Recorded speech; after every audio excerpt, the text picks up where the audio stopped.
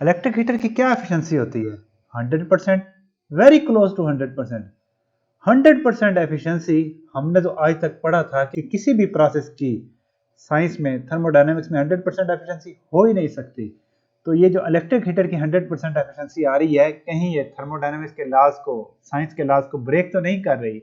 यही कुछ जानेंगे हम आज की वीडियो में।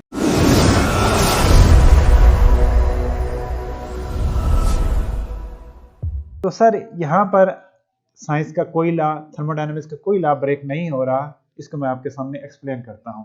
पहली चीज़ तो ये है कि यहाँ पर या ना तो कोई एनर्जी जनरेट हो रही है, ना कोई एनर्जी डिस्ट्रॉय हो रही है। इलेक्ट्रिक हीटर में सिंपली क्या हो रहा है कि आप इलेक्ट्रिकल एनर्जी को हीट एनर्जी में कन्वर्ट कर रहे हैं।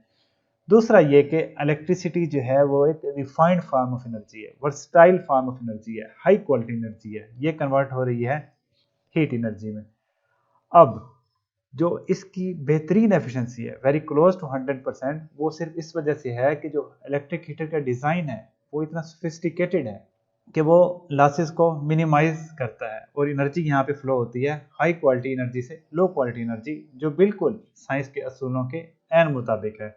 अब रही बात कि जो साइंस के लॉज कहते हैं कि एफिशिएंसी 100% नहीं हो सकती, वो कहते हैं जब आप हीट को वर्क में कन्वर्ट करते हैं, और वो साइक्लिक डिवाइसेस होती हैं। इलेक्ट्रिक हीटर कोई साइक्लिक डिवाइस नहीं है, यहाँ कोई प्रोसेस रिपीट नहीं हो रहे कि एक के बाद, जिस तरह इंजन में होता है कि पहले आपके पास हीट इनपुट हुई, उसको आपने कंप्रेस किया, उसके बाद वर्क प्रोड्यूस हुआ और वो एग्जॉस्ट हुआ, ये इस तरह साइकिल। इलेक्ट्रिक हीटर में इस तरह कुछ नहीं है।